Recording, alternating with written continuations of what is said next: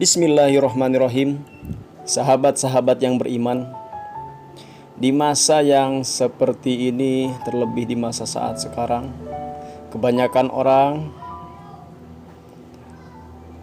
selalu berbuat kejahatan tanpa ada dasar untuk berbuat kebaikan dan mendekati sesuatu yang baik. Maka dari itu, apa tindakan yang harus kita lakukan untuk saat ini sebagai seorang mukmin yang beriman kepada Allah Subhanahu wa taala?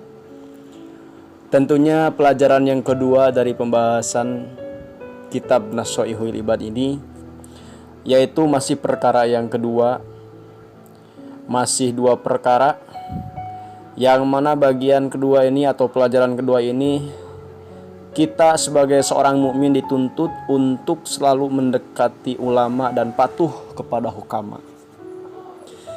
Rasul SAW bersabda sebagai berikut: Alaikum bimujalasatil ulama wastima'il hukama fa innallaha ta'ala yuhyil qalbal mayyita binuril hikmah kama yuhyil aradal maitata bima'il matar. Hendaklah kalian berkumpul dengan ulama dan patuh pada ucapan hukama.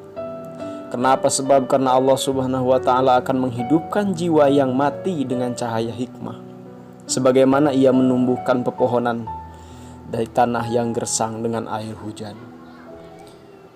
Hikmah yang dapat kita ambil adalah suatu ilmu yang bermanfaat. Sedang hukama adalah para ahli hikmah.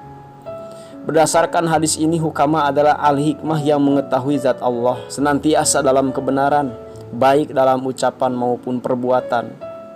Adapun ulama adalah orang alim yang soleh yang mengamalkan ilmunya.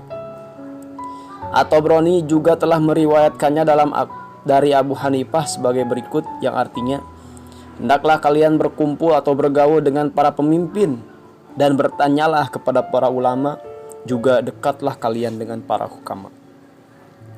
Juga dalam riwayat lain disebutkan, yang artinya berkumpullah dengan para ulama, bersahabatlah dengan hukama, dan dekatlah dengan kubara. Sehingga dari pernyataan hadis di atas, ulama dikelompokkan menjadi 3 golongan. Yang pertama, ulama, yaitu orang yang alim, pengetahuannya luas tentang hukum-hukum Allah, dan mereka itu berhak memberikan petunjuk atau nasihat. Yang kedua dikelompokkan sebagai hukama adalah orang-orang yang hanya mengetahui zat Allah. Dekat dengan mereka dapat membuat watak menjadi terdidik, karena dari hati mereka bersinar cahaya marifat, karena mengenali zat Allah lebih dekat lagi dan rahasia-rahasia yang lain, dan dari jiwa mereka terpantul sinar keagungan ilahi. Dan kelompok yang ketiga adalah kubara, yaitu orang yang dianugerahi marifat terhadap hukum-hukum Allah dan terhadap zat Allah. Jadi bahasa kubara itu adalah penggabungan dari kata ulama dan hukama. Mereka yang memiliki hukum-hukum Allah, yang tahu tentang hukum-hukum Allah dan juga mengetahui zat Allah. Berkumpul dengan orang yang alim dapat mendidik tingkah laku menjadi lebih baik. Hal ini tidak lain karena pengaruh kebiasaan-kebiasaan mereka yang tentunya lebih baik daripada dengan lisan. Jadi kebiasaan seseorang yang dapat bermanfaat bagimu, tentu akan bermanfaat pula ucapannya bagimu. Begitu juga sebaliknya. Sebagaimana sabda Nabi Muhammad SAW yang artinya, akan datang suatu masa kepada umatku di mana mereka meninggalkan para ulama dan fuqaha, maka Allah akan menurunkan 3 macam azabnya kepada mereka. Maka yang pertama, dicabutnya berkah dari segala usahanya. Kedua, dijadikannya penguasa yang zalim kepada mereka yang pada saat itu. Dan yang ketiga, mereka mati tanpa membawa iman. Nah, itulah akibat dari menjauhi ulama dan menjauhi hukama. 3 perkara yang akan datang pada suatu kaum ketika kaum tersebut meninggalkan para ulama dan fuqaha. Sahabat yang beriman, marilah kita tingkatkan keimanan kita. Sertailah para ulama yang alim dalam ilmu-ilmu agama.